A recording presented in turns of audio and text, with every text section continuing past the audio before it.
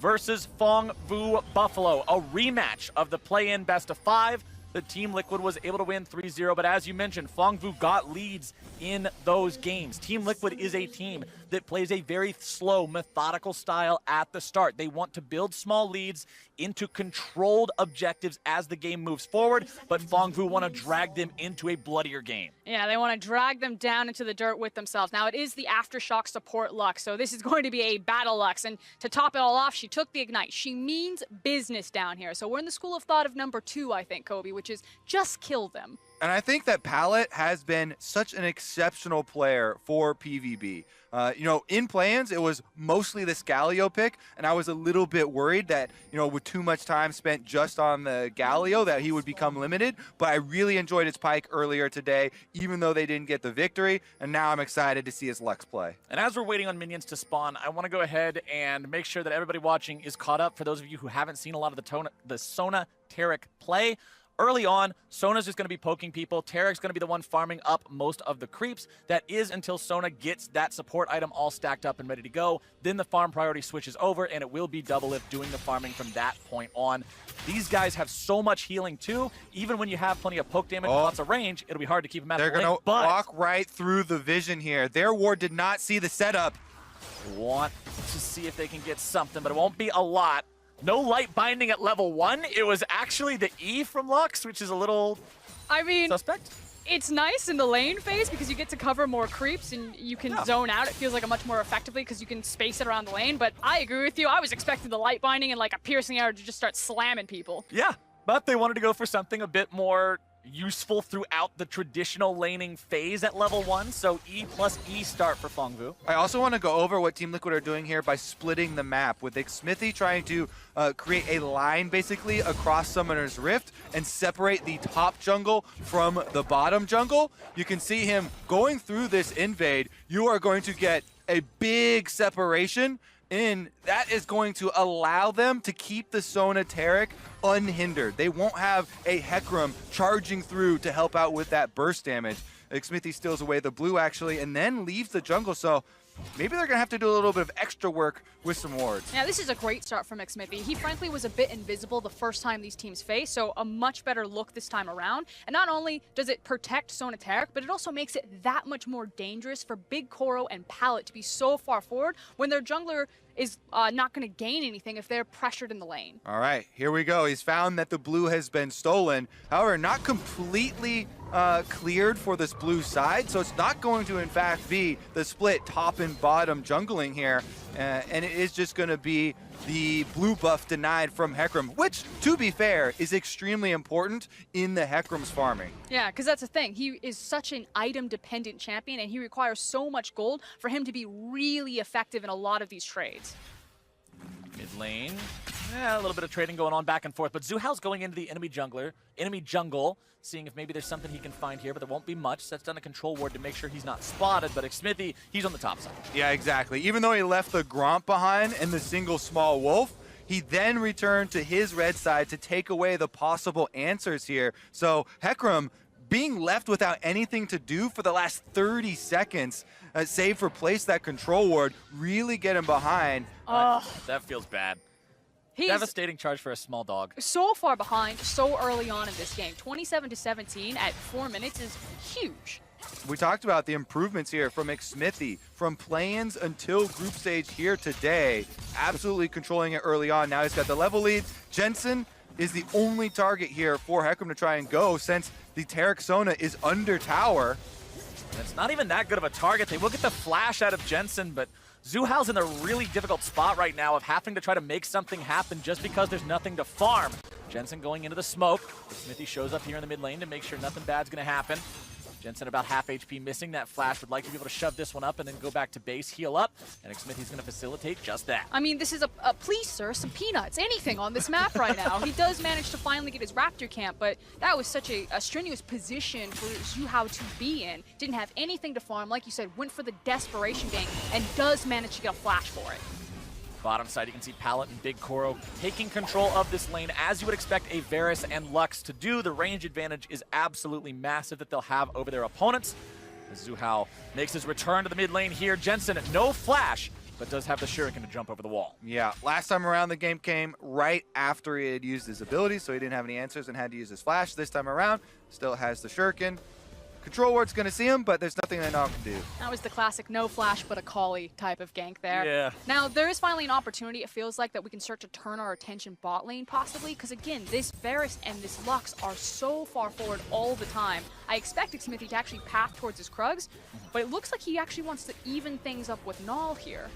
See if maybe he gets involved there in that mid lane. Bottom side, you can see Core JJ just hanging out here, soaking experience, doesn't want to walk up and try to risk any farm that could get him into a bad spot, waiting for Doublelift to come back down, as Xmithy will farm up his Raptor camp.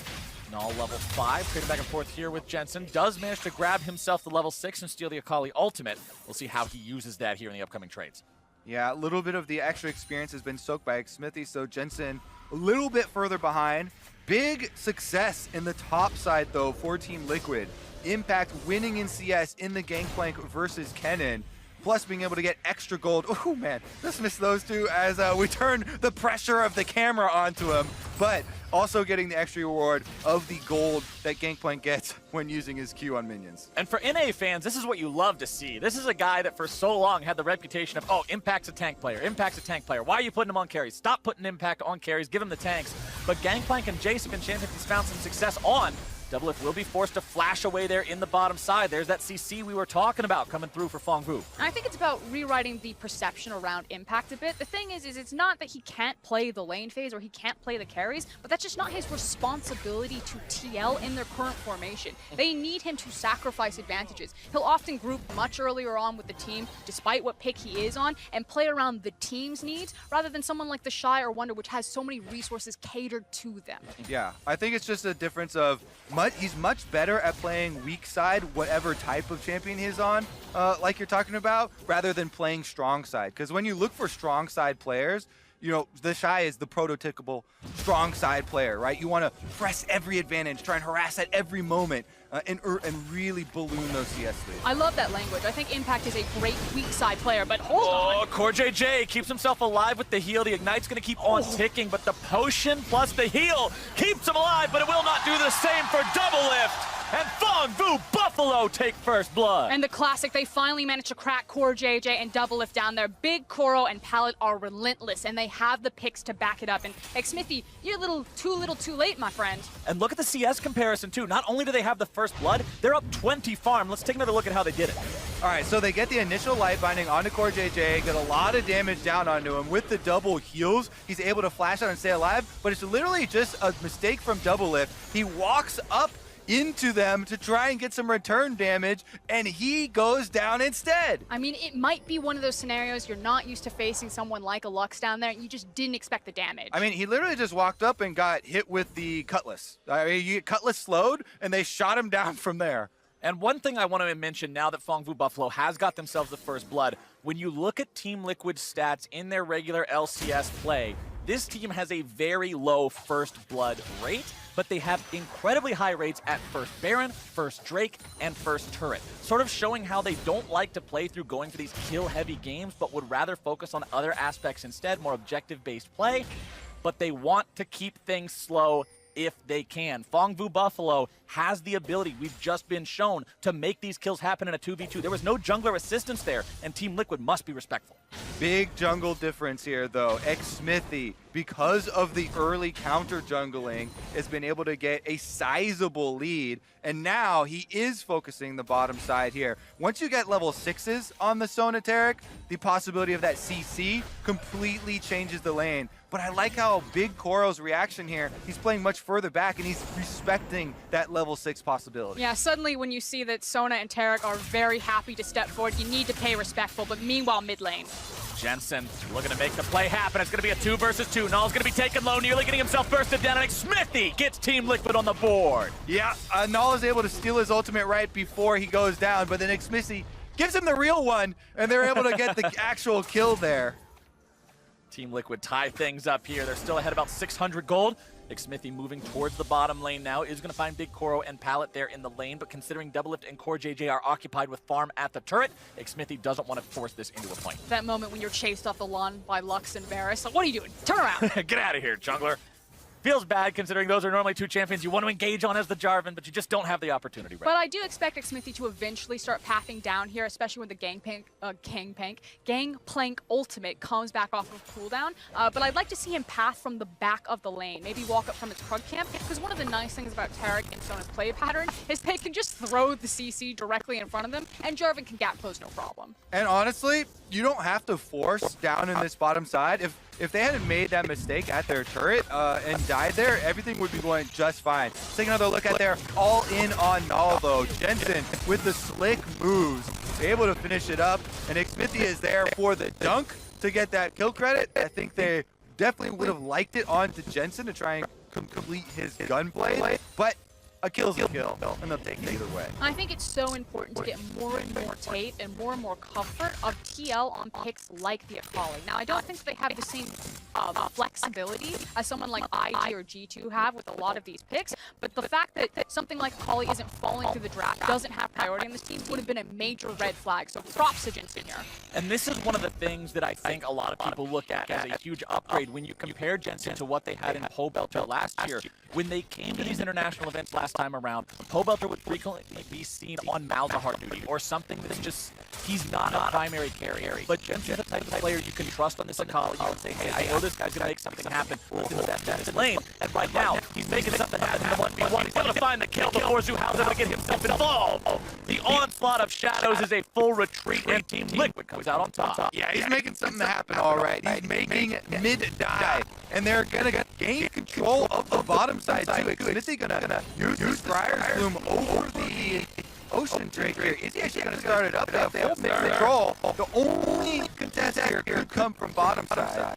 And remember, when you have Sona and Taric, it's so easy to get objectives without taking any damage whatsoever because of the ridiculous amount of healing these champions can give you. You can see Cortez just walk up, give him the massive shield, give him the heal now, bombing a couple of times to get some healing charge back, and that is an easy Ocean Drake side of Team Liquid. And it's also so easy to double up right now because he does have access to Flash and Cleanse, although, as I say that, be a little bit respectful. Don't want to burn it straight away. But piercing arrow is normally a worry if it hits you straight up like that, fully charged off and away. But it's just on a Taric, plenty of heal. The thing that's one of the Jensen's outplay lane. Yeah. You're talking about Jensen's Akali. Look at the footwork here. Dodging so many kill shots. Then anything comes in, they trade ultimate to jungler at the end. But most of it is about him on the Akali. Setting up that kill. But it feels like Buffalo are done playing around. You see how it's now making his way down bottom, and probably start teaming up with Classic when you condition Buffalo, which is the hard camp following. But you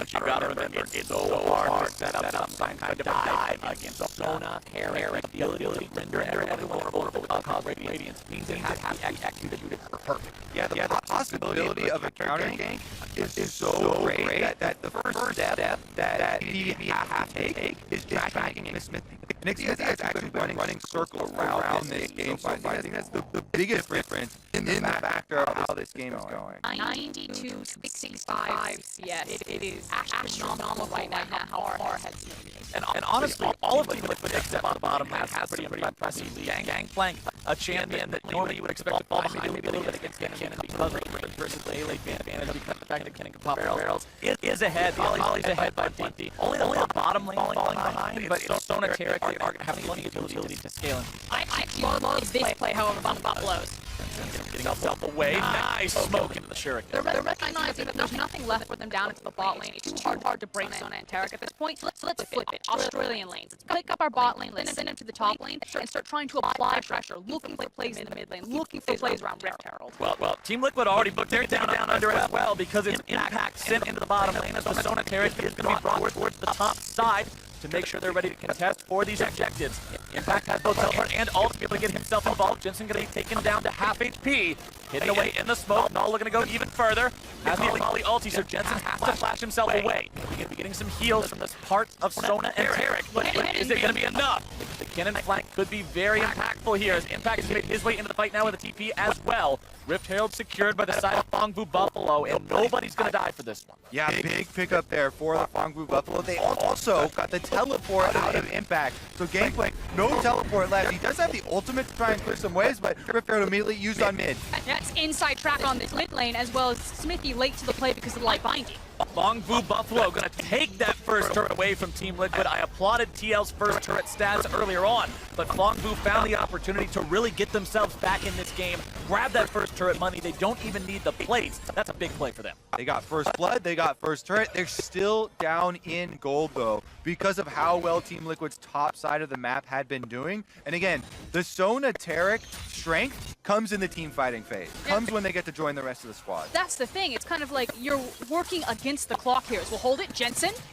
Big Koro will manage to survive. Jensen doesn't want to go any further. There's a lot of missing members from the side of PVB right now, according to Team Liquid's vision. Jensen doesn't want to overexert himself here. But I do want to go back to your point, Kobe, because I think you're absolutely right. This is a situation where probably in comms, yeah, like, it's totally fine. You know, this is going to turn on online. We're going to have a strong 5v5, and we're just going to slowly deathball into them. This composition has great scaling potential, and this lead isn't big enough to start hitting the panic button.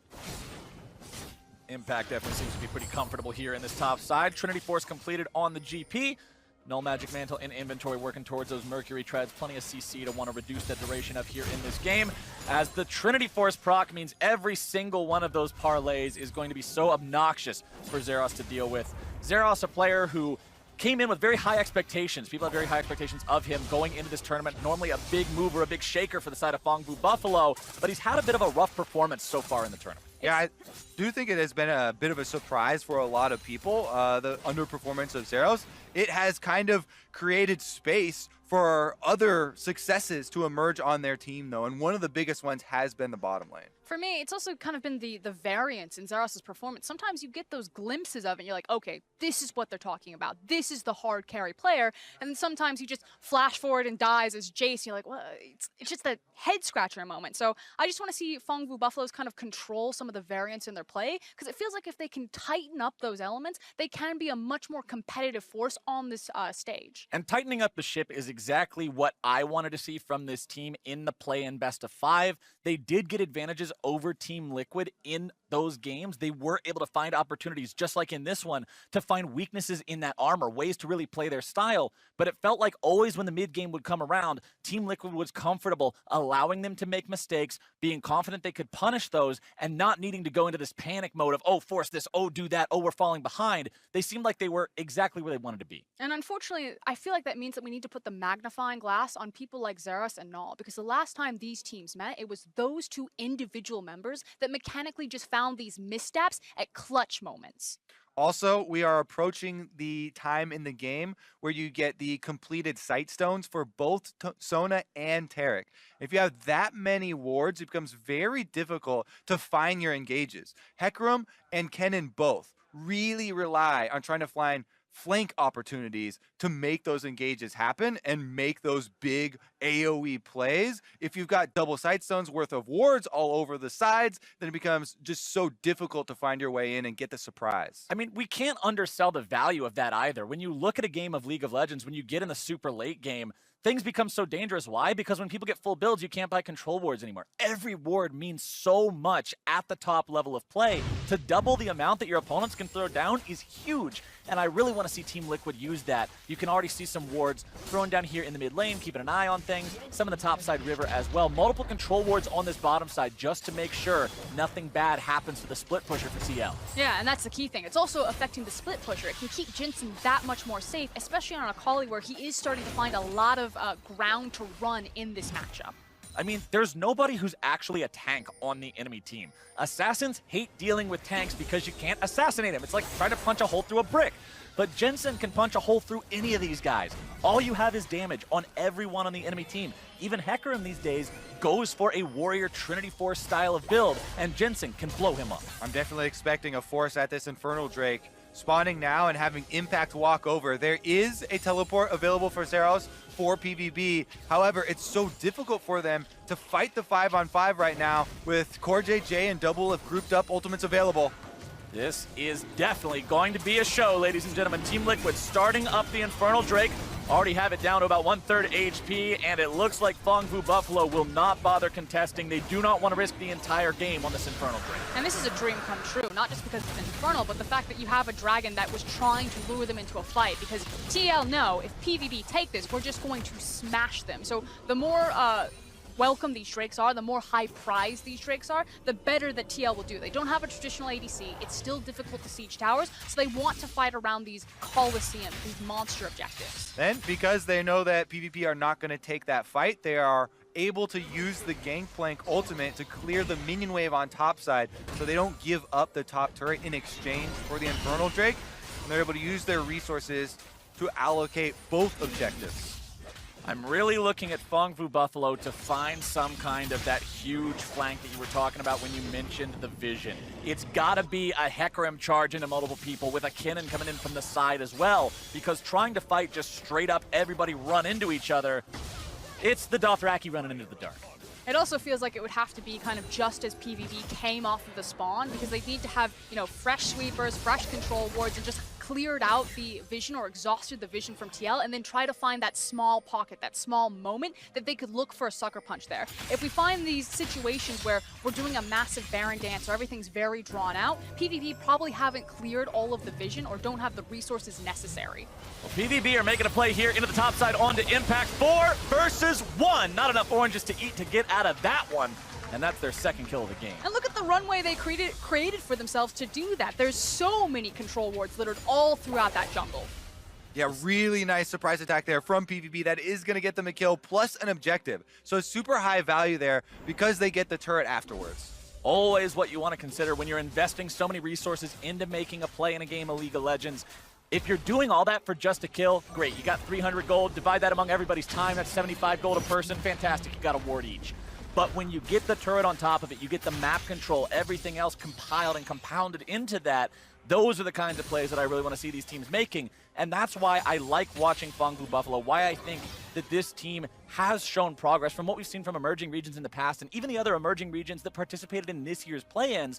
Vietnam has been a standout among emerging regions. I mean, when you look at this squad, they have managed to send, not this squad, this region I should say, they have managed to send 3 different teams to the main stage. Gigabyte Marines, EVOS, and Fongfu Buffalo have all been a part of taking that next step, and I think it's showing by recognizing what kind of plays they need to make. And it's also the evolution of playing a standard form of League of Legends. This is no longer the days of Gigabyte Marines just using cheese to kind of scrape out these victories. They're trying to go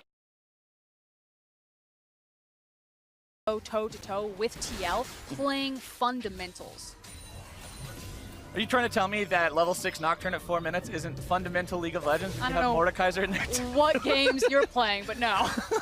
They were the faceless before we even knew what the faceless were. Yeah, these guys, the Gigabyte Marines were that's the Giga faceless. That's the ultimate aspiration of all those players. But next Drake this game is going to be live here in about 2 minutes. Baron is on the table, and PVB are in the Team Liquid jungle, trying to set down some control wards. You can see so much control for this team over the entirety of mid lane. They feel like a wolf pack right now. They're like hunting around. They look at Impact. They look back towards the mid lane. They are just itching to pull that trigger. Well, we saw what Team Liquid did to Wolves earlier today. We'll hope that the Buffaloes do not meet the same fate. At least their hometown fans hope that. Impact not in the top side anymore, farming up the bottom, but Jensen could be the target here. We'll see if PVB are able to find the collapse. Null does have the Akali assassination available. Stole that ult away. Talent makes his way up to the top side, but they don't want to try to make some sort of a play with it. Jensen is such a difficult target to try and pick off in the side lanes. Not only is he on Akali, one of the most mobile champions in the entire game, but he has always been lauded for his skill shot dodging, and we've seen it already throughout this game. But you are starting to see one of the shortcomings of this composition. 22 minutes into the game, and TL have only secured a single tower. Again, you don't have a traditional ADC, so you're super reliant on splitting the map with Akali or a possible Baron to start shoving this down. And one of the biggest things is they have to rely on Smithy to get that engage. If he doesn't force the good engage on someone without a flash, who just flashes away from the Cataclysm, then you're not guaranteed to get value out of your Taric ultimate. You have to be able to make use of that timing window.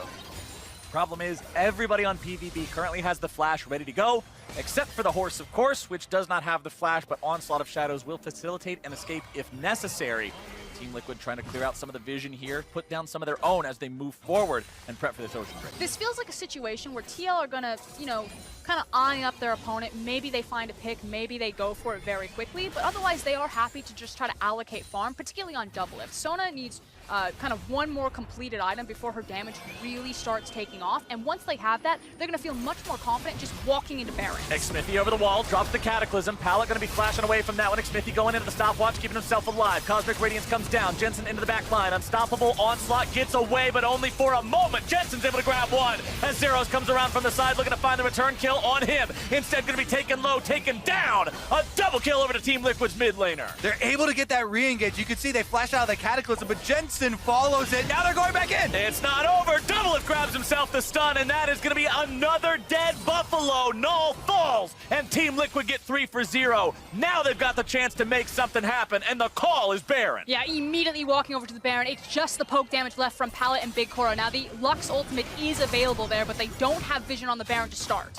And that is the critical team fight of the game. 23, almost 24 minutes into the game. That is going to be Baron for the Sona Taric, and that is just too much to deal with. You get so much pushing. Jensen going for another kill. Jensen is not going to be sated with only a couple. Instead, he needs some more money in his pocket. He'll go on a rampage, killing Pallet with that one, and it's 5 men strong with Baron buff for TL. They pick up the Baron, they pick up the kill, they're going to make a quick back, and now Sona is going to be fully online here. They'll do so much damage. The confidence for TL, they know our window is now. It's time to strike. They're going to eat everything here. Once you get the Lich Bane and you convert that burst damage into magic damage, the burst just goes through the roof. In addition to that, they also have the extra completed Sightstone, so now he is also able to apply those extra wards. They can pick up the extra Dragon and then get to pushing down the secondary turrets with their Baron buff. I talked earlier about how this team likes to play for objectives, how their stats support that.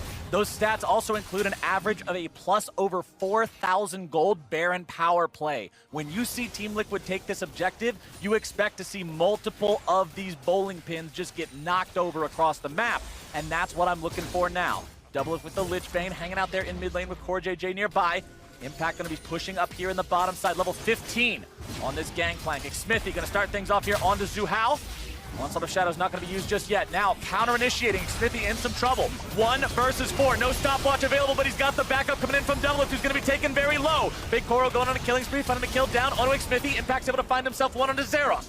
Null tries to get away. Impact's going to explode the barrel, but now he finds himself caught between 3 members. Over the wall comes Jensen. Mop and bucket at the ready. Here's the cleanup crew. Unstoppable for Team Liquid. It's a double, make it a triple, or is it? It doesn't matter who they went to. They're all falling over. Fogbu Buffalo lose 4. And that is going to be complete destruction. With the Baron buff afterwards, your Baron power play hits that 4,000 mark, Captain Flowers, and goes straight through the roof. Jensen is popping off in this game. This is his first MSI. This is a player who joined Team Liquid because he wanted that NALCS title. He wanted to win domestically. He wanted to get a chance to play at MSI. And if this is what he's gonna look like, damn if he didn't deserve it. And he said that he would take Doublelift out of the group stage. That was the deal right there, and it looks like TL are starting to look at a 2-0 start to their MSI run. Yep, Doublelift carry him into finals, and Jensen carry the team at international play. True to his word, doing that on the Akali right now, and they leave the base open after taking the inhibitor tower and heavily damaging the bottom one there. Team Liquid do get the reset, and Xmithy trying to pick up the Dragon on the back half. And I just love what Jensen brings to this team, because you look at TL and it feels like they're a 1-4, a 5v5 oriented team, and they're in a tournament that is stacked with 1-3-1 playstyles. But if he keeps putting up performances like this Akali, suddenly TL can start to match that 1-3-1. Suddenly they have another weapon in their arsenal to make them a threat at this MSI. Null's in some trouble here in the mid lane. Jensen going forward. Perfect execution, looking to find it. Won't quite be able to do so, but that inhibitor is vulnerable and at half HP. They should be able to finish this one off rather easily. I talked in the last game about how you get to a point where you feel like you're just depending on opponent mistakes at that point because you're so far behind. And Fongbu Buffalo definitely need Liquid to misstep somewhere. 10,000 gold down, having lost the inhibitor 27 minutes in. TL is looking to end this one soon. Yep. Grouping up here on the bottom side, still have a little bit of the Baron buff left, and not very much of the tower left. One more auto attack, or maybe two, depending on who walks up and bonks it. Will take down this bottom lane inhibitor turret. Baron power play is going to close out at about 6,000 gold. And this is a game on a knife's edge. PVB know that if they overcommit here, if they dive too far, that the game is over. They want to try to dissuade TL, eat up some of their time, try to farm back into this game, but they also know that the slight misstep here costs them everything. Yeah, the problem for PVB is that Team Liquid are the ones holding that knife. And if they don't drop Give me it, lunch money. then if they don't drop it, then it's going to be in their favor here. One more bit of burst damage here as they push up the minion wave into the tower. Jensen on the outside going to flank. Here we go. Big Koro going to be in some trouble. Cosmic Radiance going to be coming in from Null, keeping himself alive, but that's not going to be the main target. Instead, it's going to be Zeros trying to defensively. Ult going to be run down. Jensen going into the stopwatch, keeping himself alive. Pallet not quite able to find the kill. Jensen finally going to be shut down. But Team Liquid will crush Fongbu Buffalo in their base. 4 men still standing, only 2 on the side of PVB, and the Nexus turrets are the target. Core JJ and Smithy going even further, looking to find the kill on Null, and Impact goes on a killing spree. Pallet can do nothing but look on at the rubble as Team Liquid will take them down in 29 minutes. And the redemption story for TL starts with a 2-0 at MSI. North America, when will you be impressed with this team? It's not that same flashy style, but they kept